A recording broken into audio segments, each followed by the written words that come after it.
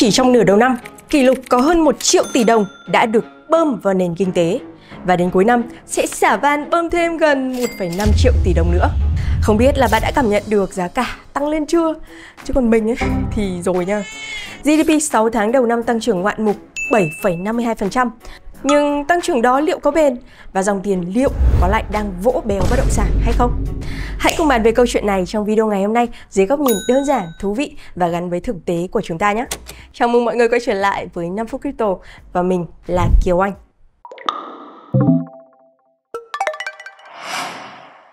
Xin chào, ngày hôm nay bạn có khỏe không? Trong video ngày hôm nay chúng ta sẽ cùng nhau thảo luận về những câu chuyện sau. Thứ nhất, đó là năm nay Việt Nam sẽ bơm kỷ lục 2,5 triệu tỷ đồng ra nền kinh tế. Thứ hai, số tiền này sẽ ảnh hưởng như thế nào đến lạm phát, tức là chi tiêu hàng ngày của chúng ta. Và thứ ba, dòng tiền đó được định hướng cho sản xuất, nhưng liệu có lại đang bơm cho bất động sản khiến nó tăng giá? Trong khi an cư lạc nghiệp là câu chuyện của rất nhiều người trẻ Việt Nam đúng không? Nhưng mà lưu ý mình không phải là chuyên gia nha. Mình chỉ là một người thích tìm hiểu và chia sẻ thông tin thôi. Vì thế, nếu như có bất kỳ bổ sung hay là đóng góp nào thì mọi người có thể comment ở bên dưới nhé. Ok, bắt đầu nha.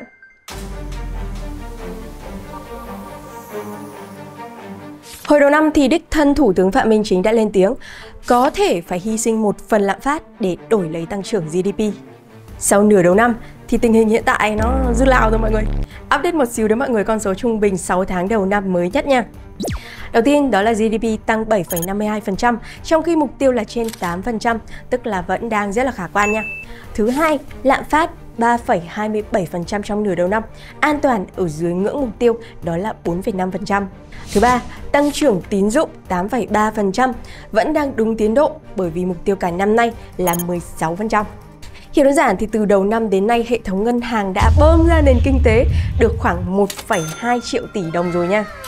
Túm cả váy lại thì theo báo cáo ấy, chúng ta đều đang có những cái con số nó rất là đẹp, kiểu nét như Sony luôn. Nhưng mà khoan, hãy cùng đào sâu hơn một chút nhé. Đầu tiên, đó là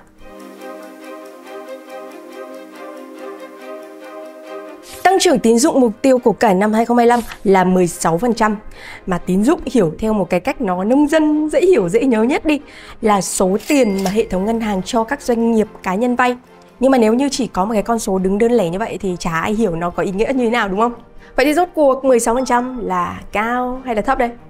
Câu trả lời của mình là cao nhất kể từ năm 2018 cho đến nay nha. Nhìn rộng ra, nếu tính từ năm 2011 thì cũng chỉ có 3 năm đạt trên 16% thôi. Đó là 2015, 2016 và 2017. Đấy là tính theo phần trăm nhá. Còn nếu như mà tính ra kiểu tiền tươi thóc thật thì 16% của năm nay tương đương với 2,5 cho đến 3 triệu tỷ đồng. Cũng là cao nhất từ trước đến nay luôn. Nói tóm lại, 16% là cao và 2,5 triệu tỷ đồng thì là kỷ lục rồi. Chốt thế luôn, cho nó vuông. Với cái số tín dụng bơm mạnh như vậy thì chính Thống đốc Ngân hàng Nhà nước Việt Nam cũng đã có vẻ hơi sốt ruột rồi. Nếu tiếp tục dựa quá nhiều vào tín dụng ngân hàng sẽ tiềm ẩn rủi ro cho hệ thống nền kinh tế, khó đạt được mục tiêu vừa tăng trưởng cao vừa đảm bảo bền vững. Tăng trưởng GDP 6 tháng đầu năm thì phấn khởi quá rồi, 7,52%. Nhưng câu hỏi không chỉ Thống đốc Ngân hàng Nhà nước mà rất nhiều người đang lăn tăn, đó là liệu nó có đang bền vững hay không? Bởi vì tỷ lệ dư nợ tín dụng trên GDP của nước ta đang là 134%, tức là đang đi vay nhiều hơn cái số tiền có thể làm ra nha. Nếu như tỷ lệ này quá cao, đồng nghĩa nền kinh tế phụ thuộc rất nhiều vào vay nợ, rất là rủi ro luôn. Bây giờ nhá, tạo ra được 100 đồng giá trị mà ngân hàng đã cho vay đến 130 đồng rồi. Nền kinh tế đang được tạm ứng rất nhiều vòng vay nợ, kiểu như là ăn trước trả sau vậy á. Thường thì con số này vượt quá 120% là vào vùng nguy hiểm rồi. Mà ai chả biết khi sử dụng thuốc quá liều trong thời gian dài thì ắt nó sẽ có tác dụng phụ đúng không? Một trong những tác dụng phụ mà mọi người đang lo ngại đó là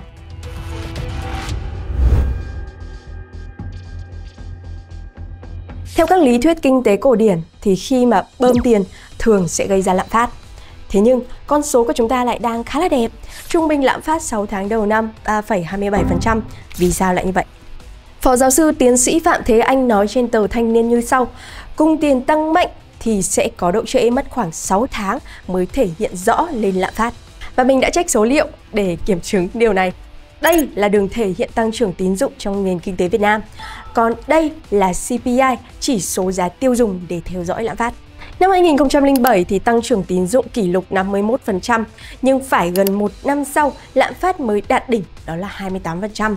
Hay năm 2009 tăng trưởng tín dụng gần 38%, lạm phát cũng phải mất đến gần 2 năm sau mới đạt đỉnh, 23%.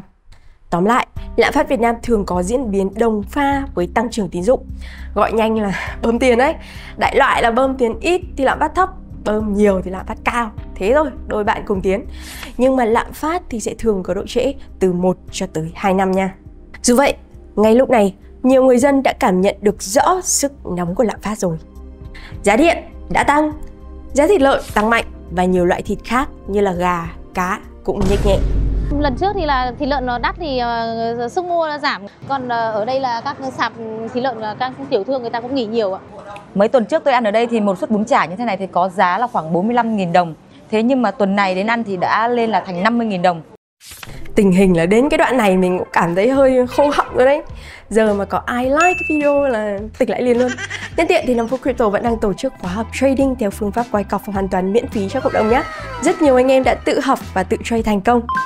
Bên cạnh đó thì bạn còn được giảm đến 20% phí giao dịch các sàn. Nhớ check ngay ở phần bình luận nhé.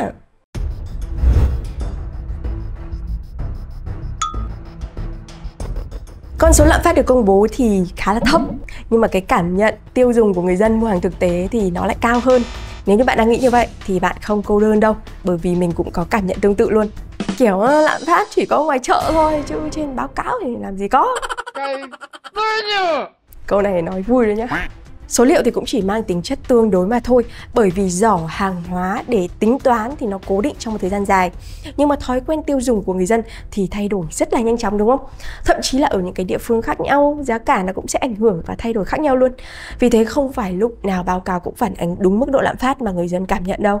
Ở các nước đang phát triển như Việt Nam của chúng ta, trung bình chi tiêu tiêu dùng chiếm đến 70%, còn lại chỉ có khoảng 30% là cho dịch vụ thôi.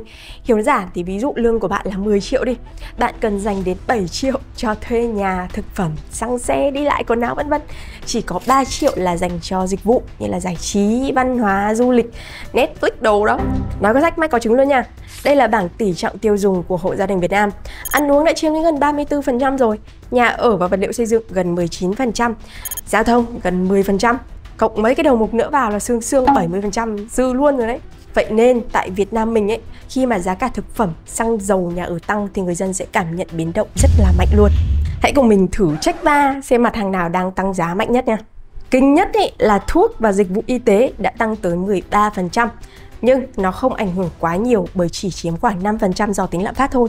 Thực phẩm ăn uống, hàng hóa như là kiểu mỹ phẩm, thực phẩm chức năng, đồ gia dụng vân vân cũng đã tăng kha khá so với cùng kỳ năm trước.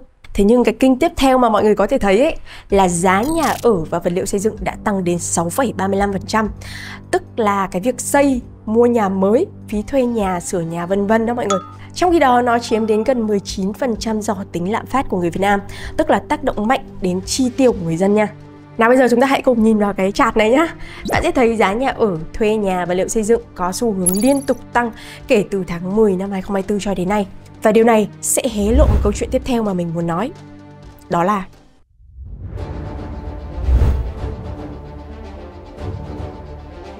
2,5 cho đến 3 triệu tỷ đồng bơm ra nền kinh tế một năm không phải là một con số nhỏ nha.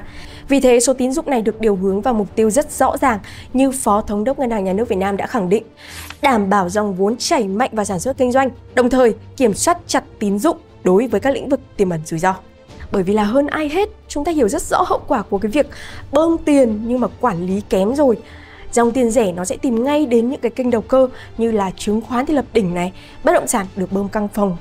Đó chính là giai đoạn năm 2007-2010. Việt Nam đã phải trả cái giá rất đắt là lạm phát vọt lên cao 2 con số.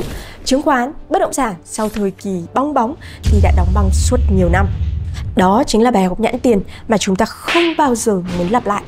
Thế nhưng thực tế là tín dụng nó vẫn đang chảy mạnh vào bất động sản nha. Theo số liệu từ Bộ Xây dựng, riêng tín dụng bất động sản quý 1 năm nay ghi nhận mức tăng 7,49%, cao hơn đáng kể so với mức tăng trưởng chung của toàn thị trường, đó là 3,91%. Thế nhưng mà quan điểm cá nhân mình ấy thì đấy cũng mới chỉ là những cái con số được thống kê thôi. Còn hoạt động như kiểu mua bán giao dịch đất nền, mua đi bán lại của người dân thì chẳng có ai đo được để mà tính toán cả. Cũng nói thật luôn là mình đã cố tìm số liệu thống kê về bất động sản Việt Nam, nhưng mà nó thực sự rất ít ỏi, nếu như không muốn nói là nghèo nàn luôn. Cái này thì mình cũng chẳng ngại gì đâu, bởi vì đích thân Phó Thủ tướng cũng đã khẳng định vào tháng 5 năm 2025, Bộ Xây dựng phải thiết lập hệ thống dữ liệu quốc gia về cung cầu nhà ở, bất động sản, không để tình trạng thiếu minh bạch thông tin khiến nhà đầu tư, đầu cơ thổi giá gây rối loạn thị trường. Chỉ thị thì có rồi, nhưng mà bao giờ có thống kê thì chả ai biết. Như mọi người có thể thấy, đây là bất động sản tại Mỹ, rất là đa dạng chỉ số để mình theo dõi luôn. Từ doanh số bán nhà, nguồn cung bất động sản, rồi thì dân lấy tiền đâu mua nhà, vay ở đâu, được thống kê hết luôn. Mọi thông tin nó rất là minh bạch. Bài báo này có đề cập đến việc giá bất động sản tăng nóng trong thời gian qua là do thiếu nguồn cung, đặc biệt là chung cư phân khúc trung bình. Mình thấy đúng là chung cư thì có nhu cầu thật, thế nhưng mà vì không có những cái số liệu thống kê rõ ràng, rồi thì chung cư chiếm bao nhiêu % giao dịch bất động sản vân vân, nên với cá nhân mình thì kết luận này nó chưa đủ thuyết phục. Hơn nữa đâu phải mỗi giá chung cư tăng đúng không mọi người? Đất nền này, giá nhà đất này đều thổi giá gọi là tăng phi mã luôn.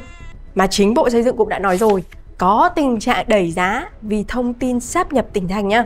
Thôi thì giờ không có số liệu nên là đến đoạn này mình cũng đành chơi bài chém gió tí vậy ha. Mình ở vùng ven ngoại thành Hà Nội đang trong giai đoạn phát triển khá là nhanh. Giá đất nền tăng khủng khiếp chỉ trong vòng 1 năm qua.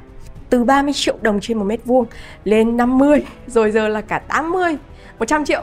Dân gốc ở đây mà có đất ý thì sán ra để bán hết rồi. Chủ yếu bây giờ là cuộc chơi của dân đầu cơ sang tay mua đi bán lại để ăn chênh lệch giá thôi. Thế nhưng mà tất nhiên mình cũng biết rằng đấy chỉ làm về quan sát rất là cục bộ ở chỗ của mình ở thôi, không dám khẳng định đây là toàn bộ bức tranh lớn. Bảo chứ giá đất tăng đúng như meme coi luôn, ít cái lần là có thật nha. Tóm lại, câu chuyện nhà nước bơm tiền nhưng dòng vốn lại đang chảy mạnh vào bất động sản là có thật và đang gây ra tình trạng bơm giá. Đích thân Phó Thủ tướng đã phát biểu, tốc độ tăng giá bất động sản ở Việt Nam thuộc nhóm cao nhất trên thế giới, trong khi khả năng tiếp cận nhà ở của người dân ngày càng giảm. Phó Thủ tướng đang nói mình hay sao ấy? Trong khi đó thì tiến sĩ Lê Xuân Nghĩa còn nhấn mạnh hơn. Giá nhà hiện nay đã vượt xa sức tưởng tượng của người lao động bình thường, khiến họ hoàn toàn vô vọng trong việc sở hữu nhà ở. Thu nhập bình quân của người lao động tại Hà Nội gần như là top cao nhất cả nước rồi nha, là gần 11 triệu đồng. Bao giờ mua được cái chung cư 3 tỷ? Khó phết. Cá nhân mình không có vấn đề gì với việc phát triển bất động sản, bởi theo ước tính, ngành này đóng góp gần 10% vào GDP của Việt Nam. Hơn nữa, nó còn giúp thúc đẩy những cái mảng khác như là vật liệu xây dựng này, tạo công ăn việc làm cho rất là nhiều lao động, cực kỳ quan trọng luôn. Tốc độ đô thị hóa ở Việt Nam vào khoảng 44%, tức là vẫn đang thấp so với thế giới nha. Ở những cái nước đang phát triển như chúng ta thì việc thúc đẩy cơ sở hạ tầng, khuyến khích phát triển bất động sản đóng vai trò rất là then chốt. Nhưng đó là đối với những dự án xây thật, làm thật, tạo ra giá trị thật cho nền kinh tế, chứ không phải là đầu cơ, dùng công nghệ phân lô bán nền, công nghệ sang tay ăn chênh lệch. Giá thì thổi lên ngút trời luôn, nhưng mà giá trị thật ấy thì không thực sự là tương xứng. Tóm lại là khi dòng tiền đổ vào các kênh đầu cơ sẽ tiềm ẩn nhiều rủi ro cho nền kinh tế, giúp cho một bộ phận nhỏ hưởng lợi. Chúng ta đã có bài học nhãn tiền từ Trung Quốc, khi mà bong bóng bất động sản bơm quá căng, ắt sẽ đến lúc phát nổ. Vì vậy, nếu như các cơ quan điều hành không vào cuộc sớm và quyết liệt thì hậu quả sẽ rất là khó lường luôn. Như vậy là trong video này chúng ta đã cùng nói về các nội dung chính như sau. Việt Nam bơm tiền kỷ lục 2,5 triệu tỷ đồng vào nền kinh tế trong năm nay. Nhưng thứ nhất, Thống đốc Ngân hàng Nhà nước cảnh báo nền kinh tế đang quá phụ thuộc vào việc vay nợ sẽ rất là rủi ro, giống như làm ra 100 đồng thì đã đi vay đến 130 đồng rồi. Có tăng trưởng nhưng cũng cần phải đảm bảo bền vững. Thứ hai, nhà nước bơm tiền nhưng lạm phát hiện tại chưa tăng cao, bởi vì các chính sách vĩ mô thì sẽ luôn có độ trễ để ngấm vào nền kinh tế, có thể là từ 1 cho đến 2 năm. Thứ ba, câu chuyện khá là quen thuộc, dòng tiền lại có dấu hiệu chảy vào bất động sản khi giá nhà đất liên tục tăng kể từ tháng 10 năm 2024. VN Index thì hình như là cũng đang múa lên rồi thì phải. Nói chung là tiền mặt thì luôn mất giá, mà giai đoạn này nó còn được khuếch đại lên nhiều hơn nữa. Thế nên là nếu cá nhân mình có tiền tiết kiệm chưa dùng đến thì sẽ ưu tiên để sang vàng hoặc là USD. Còn bạn có cách nào khác để giữ tiền? Bạn đang ở độ tuổi nào? Có gặp phải áp lực nhà cửa, công việc, tài sản vân vân hay không? Hãy để lại comment ở bên dưới nhé, bởi vì mình chắc chắn sẽ đọc hết. Cuối cùng mình xin được cảm ơn bạn vì đã dành thời gian để theo dõi. Nếu như bạn thấy video này hữu ích thì mình sẽ rất là vui nếu bạn để lại một like và subscribe cho kênh. Chúc bạn sẽ vững vàng bên trong và giàu có bên ngoài nhé. Yêu quý bạn. Xin chào. Và một thông điệp bất kỳ dành cho bạn trong ngày hôm nay, đó chính là tiền. Tiền là cái gì? tiền chỉ là phương tiện thôi. Mình dùng nó thì nó là phương tiện. Còn nếu mình không tỉnh táo thì tiền sẽ điều khiển mình. Thay vì mình dùng tiền thì tiền sẽ dùng mình. Trích trong suốt.